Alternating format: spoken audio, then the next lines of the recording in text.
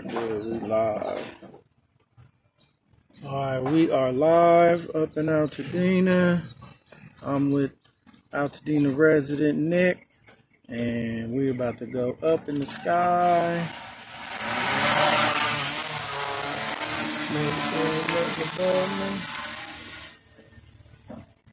Alright, bam, bam. They are doing some work on this street, as you can see. Manned aircraft nearby. They are doing work everywhere. Altadena is in a full rebuild session. So look, bam. I got it going right here. A whole new city. So Nick, Yes. talk to me. Tell me about the night that this happened. What were you doing? When did you get your alert? When did you and your family were able to get out of here? Well, we get fires every year, so I didn't really pay it too much attention until it got kind of close around 7 or 8 o'clock.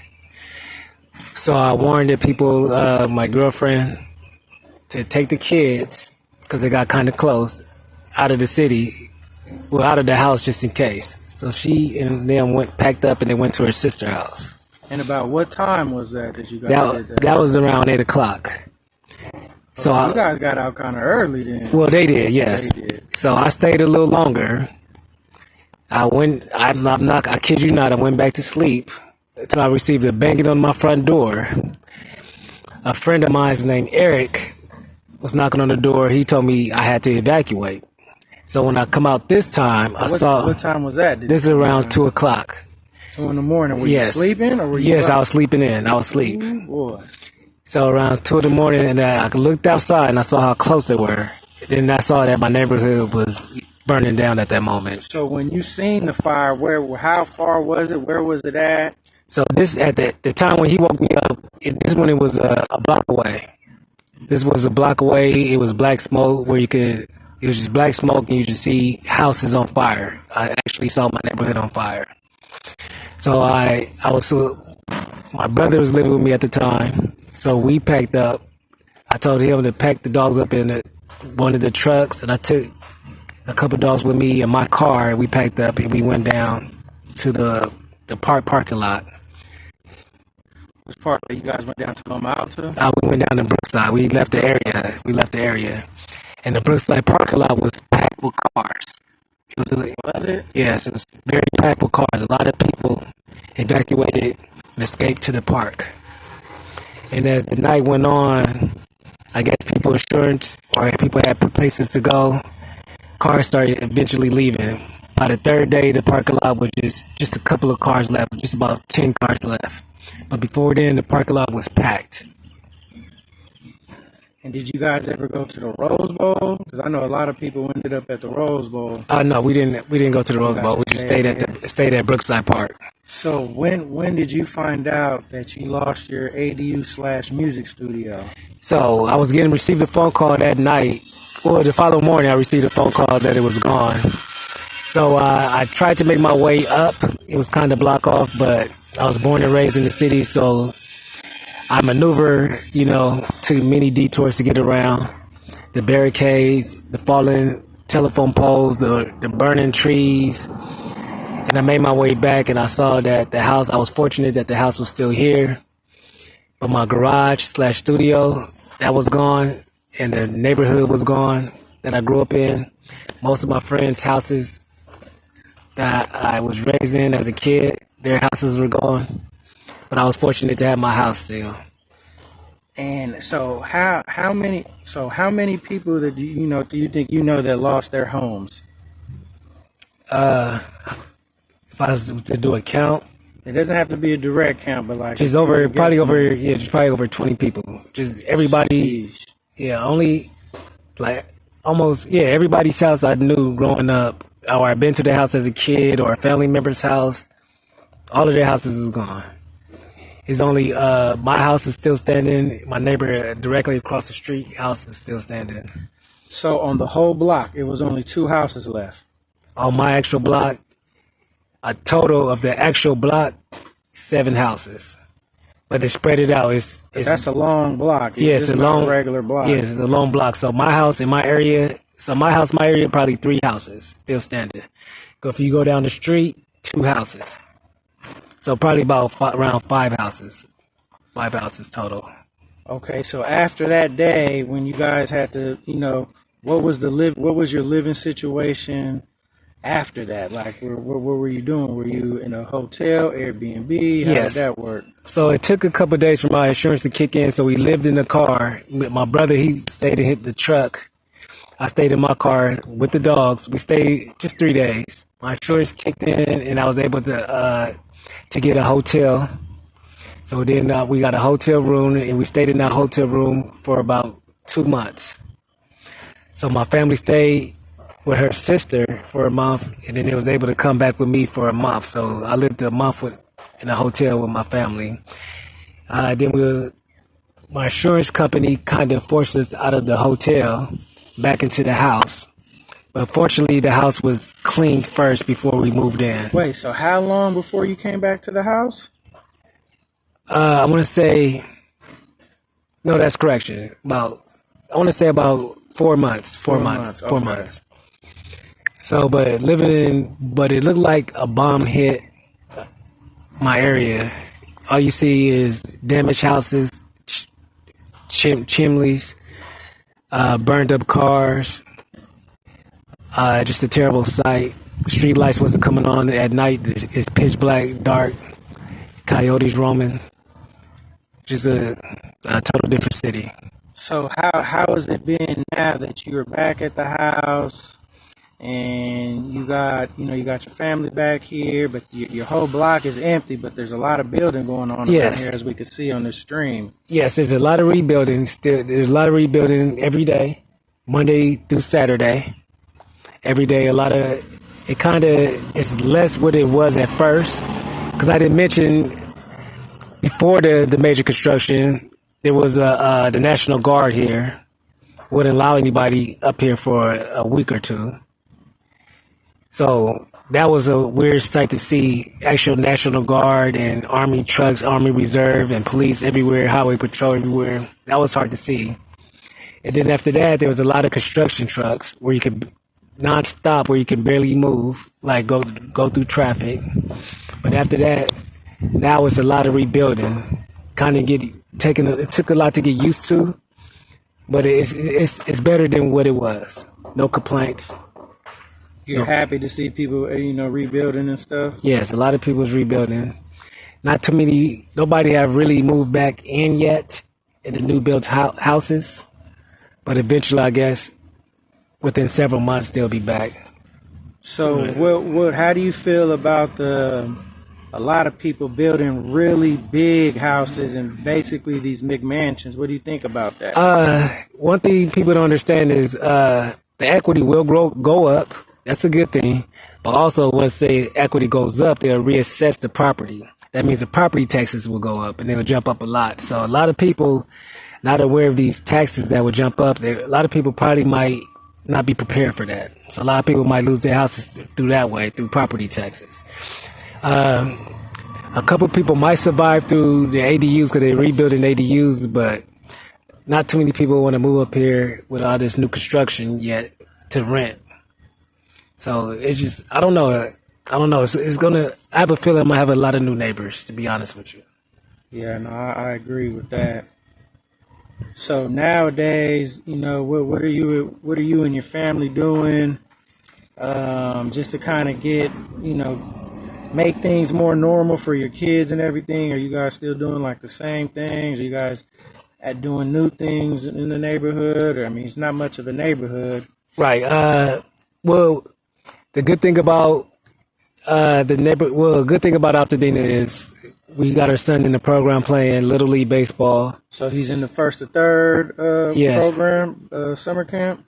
Not yet, but he will be in that after summer school. Okay. So he plays softball. So he plays baseball. He stays busy with baseball. I have a daughter. She's older.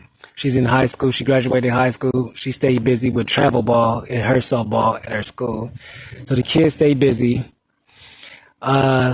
we don't do much in the neighborhood unless we just go directly to the park. But the park is kind of different now. We have when they play games now, some games are at Loma Alta Park and some games are down at Pasadena Jackie Robinson. So that's different. Because not a lot of kids are up here as like it used to be. So we have to adjust and roll with the punches. But we're adapting. And speaking of the park, I'm over here about to fly over here. Mm-hmm. And this is Loma Alta Park. This is one park that they've reopened. Yes. Farnsworth Park is still closed, and Charles White Park is still closed. Yes. So Loma Alta Park was rebuilt. Grateful for that. Our gym is still standing. It's nice. The baseball field is a new baseball field. It's sponsored by the Dodgers, the Los Angeles Dodgers. They give us a new field. The first park is they did a lot of concerts, local concerts. They have a lot of events at the park. We used to have a fair, like a market fair. We no longer have that, but they might bring that back eventually once the city gets going a little bit. And look, we're over here at Loma Alta Park, and there goes first to third baseball camp right there. First to third. That's first to third. Wasn't your son? He's a part of that program, right? Exactly. And your daughter was there as part of that program, right? She still is. She helped coaches. She helped coaches? Yes. Nice. Yes. So what do you think would be the major changes that happen in Altadena, once it's rebuilt and do you think all the lots will be rebuilt within the next year or two, or do you think still a lot of people will still be having empty lots and trying to figure it out and stuff like that? Well, a lot of people will trying to figure it out because you got to understand these houses. A lot of people have been here, inherit houses. They've been here for years and decades. So some of these houses were paid off. So in some houses, some people really probably didn't have house insurance. So a lot of lots, a lot of people might have to sell their lots. A lot of major companies might come in and buy. Once again, people are overbuilding. So once their property be reassessed, they might have to lose their property due to property taxes. It's going to be an expensive place to live. It's going to be $2 million homes and stuff now. Yes, that's going to be the regular. That's the regular. Yeah. So a lot of them, because of the base price. Yeah, because a lot of them have double-story ADUs. A lot of people building two-story ADUs. So that's $3 million. But I don't know. I see a lot of new neighbors coming in. It's going to be a different city. Like it's going to be on the level of Calabasas. I heard Palisades is done rebuilding. It's going to be on that level. And what about programs that were supposed to be helping people out and helping families out? Have you gotten like some good help, a lot of help, or because of my insurance? Because of my insurance, we couldn't really take advantage of a lot of programs. So a lot of those programs are only for people who don't have insurance? Correct. And you really can't do much with that to actually rebuild. Because one thing I didn't mention is you still have to pay the property, even if you just have a lot, you still have to pay your property taxes and you still have to pay your mortgage. And if you do a forbearance, that's only for 3 months. Oh, wow. And then after the 3 months, it still adds up. So even if you do a forbearance for 3 months, you don't pay for 3 months, you still got to pay the 3 months at once. So that's 3 payments at once. So it's just a lot that people need to take in consideration. This hit us really hard. So people they have to pay their mortgage on an empty lot. Yes. Then they have to pay rent wherever they're staying at, if they're staying somewhere or. Yes. Man. And still have to pay taxes, the yearly taxes. And you still got to pay your yearly taxes. Yes. And everything is going up, food and gas and all that type of stuff. Yes. Because the city, Altadena, Pasadena, the gas is up. The average gas prices here is $6. So, I was talking with somebody the other day. One person's lunch is $20. So the economy is different. It's a different world. So to take your family of 4 out to eat, you're spending a good $200 to eat good. Yes. If you eat fast food, it's between $100 for fast food. which is still a lot. Yes. Back in the day, you could do that for $30 and you were good. Yes. So it's a different world. My prayers to a lot of people. I wish everyone the best, and I just hope everybody stay positive and and try their best to figure it out. There was at one point a lot of food programs. There's still some going on. Some people are taking advantage of it who probably don't need it, but some people are taking advantage of it who do need it. So What are some good programs and like nonprofits like My Tribe Rise? They've done a lot in the My community. Tribe Rise, yes, that's a great community program, outreach program. They help a lot of people. I heard a lot of great stories from them. They gave me opportunity to take advantage. I haven't did so personally because I just haven't, because they told me they was gonna help me rebuild my studio. I haven't did that yet, but go ahead. What are your plans on rebuilding the studio? I'm not gonna do the building no more. I'm gonna just have the equipment inside the house. So I'm a downgrade studio wise, and then once I rebuild, I'm gonna do the ADU. I just need to make sure I do an assess about the taxes, because that's what I'm scared of. The taxes jumping up, cause that could be deadly. So I'm just taking my time. Yeah, I mean, this just came out of nowhere, so it wasn't like something that you were planning for or anything. So I totally understand that. Exactly. So what else would you like to speak on? Something that you would like to speak on I just want people to regarding the just, situation. if you haven't started rebuilding yet, just take in consideration about your property taxes. I keep saying that because it's so important, because the government do not care about your situation regarding the taxes. So they're going to reassess the property. A lot of people's property and equity is going to go up.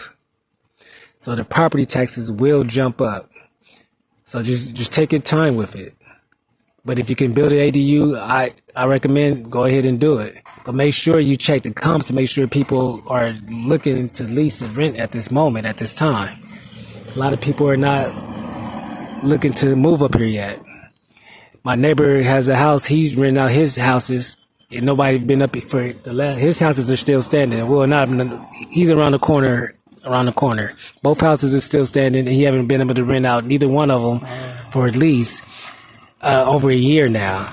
So please, people, you kidding me? Yeah. So his lease sign's been up for over a year now. So please, just take in consideration, take your time, talk to people. Don't just because insurance give you a large sum amount of money to rebuild, go jump in and do it, or don't overdo it. Just take your time. And the best bet, I think, my neighbor across the street, they're rebuilding. They did exactly as is. Their house was as it was. They probably went an inch further, a foot further, couple of square inches, but they didn't go 2 stories or nothing like that. They're rebuilding what they had, and they're going to be good. But there's a lot of people who just don't know they're going to get hit with a surprise. A lot of people is going to be hit with a surprise. They're overdoing it. So that's my only thing.